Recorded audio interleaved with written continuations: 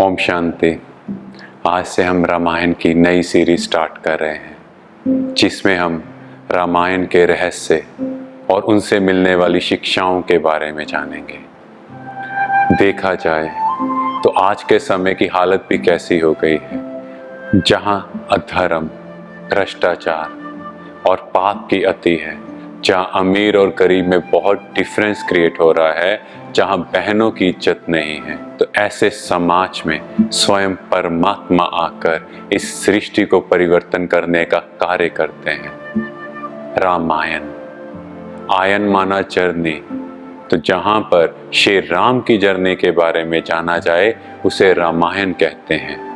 कहानी शुरू होती है राजा दशरथ, जो कि अयोध्या के राजा थे। अयोध्या जहां कभी युद्ध नहीं हो सकता, और दशरथ जिस आत्मा ने अपनी 10 इंद्रियों को अपने कंट्रोल में रखा हो, 5 ज्ञान इंद्रियां और 5 कर्मेंद्रियां, ऐसे अयोध्या के नरेश दशरथ, जो कि सूर्यवंशी थे।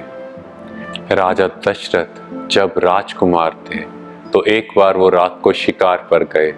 वो उस समय शब्द भेदी बाण विद्या में बहुत प्रवीण थे, और जब नदी के किनारे वहां वो गए तो वहां उन्हें एक आवाज सुनाई दी, और उन्होंने उस आवाज को सुनकर अपना बाण चलाया।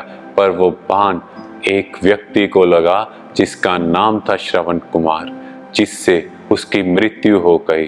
तो श्रवण के माता पिता ने राजा दशरथ को ये श्राप दिया कि आपकी मृत्यु भी पुत्र वियोग में होगी। श्रवण के माता पिता ने भी अपना शरीर त्याग। पर राजा दशरथ का पॉजिटिव एटीट्यूड देखो, उन्होंने उस अभिशाप में भी पॉजिटिविटी निकाली। उन्होंने सोचा कि मेरी मृत्यु तो पुत्र वियोग में होगी, पर मेरे घर में बेटा तो होगा।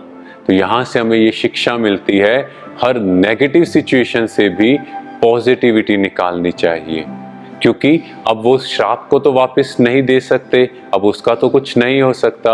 और दूसरी शिक्षा, हमारा हर कर्म बहुत केयरफुल होना चाहिए, हर कर्म सोच कर करना चाहिए।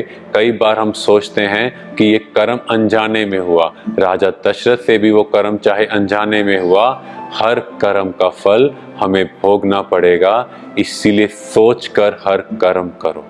राजा दशरथ की 3 रानियां, पहली का नाम कौशल्या, जो सर्व कुशलताओं से संपन्न, दूसरी कैकई, जो सर्व प्राप्तियों से संपन्न, और तीसरी सुमित्रा, जिसके मन में हर एक के लिए मित्रता का भाव, सबके प्रति शुभ भावना।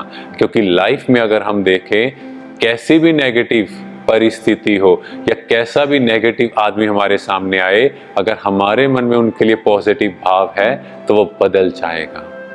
और कैकई, जो सर्व प्राप्तियों से संपन्न, उसको हम एक कहानी से जानेंगे। एक बार राजा दशरथ के साथ वो युद्ध पर गए।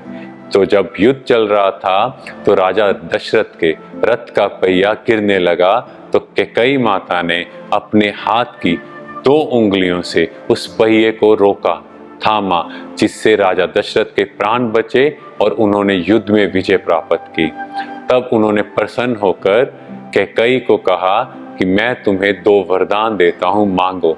और यहाँ पर कैकई माता कहते हैं कि मुझे कुछ नहीं चाहिए, मेरे पास सब कुछ है, पर जब समय आएगा तब मैं आपसे मांग लूंगी।